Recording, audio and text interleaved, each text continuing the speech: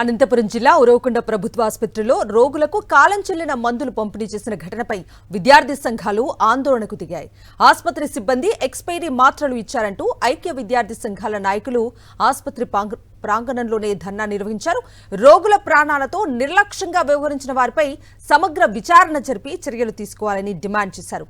ఆసుపత్రిలో మందుల నిల్వలను పరిశీలించి ఇలాంటి ఘటనలు పునరావృతం కాకుండా చర్యలు తీసుకోవాలని అధికారులను కోరారు.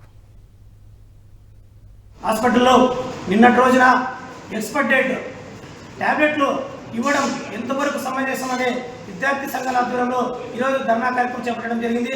నిర్లక్ష్యం వచ్చినటువంటి డాక్టర్స్పై నర్సుపై శాఖపరమైనటువంటి చర్యలు తీసుకోవాలని చెప్పేసి వైఎస్ఆర్ విద్యార్థి విభాగంగా విద్యార్థి సంఘాల ఆధ్వర్యంలో మేము డిమాండ్ చేస్తున్నాం. ఇప్పటికైనా అధికారులు కూడా ఒకటే హెచ్చరిస్తున్నాం. విద్యార్థి సంఘాలుగా ఈ హాస్పిటల్లో ఏవేవైతే పరిణామాలు జరుగుతున్నాయో వాటిపై విచారణ కమిటీ వేసి ఎవరైతే విద్యార్థుల పట్ల ప్రజల మధ్య నిర్లక్ష్యం వహించినటువంటి అధికారులపై వెంటనే చర్యలు తీసుకోవాలని చెప్పేసి విద్యార్థి సంఘాలుగా మేము డిమాండ్ చేస్తున్నాం.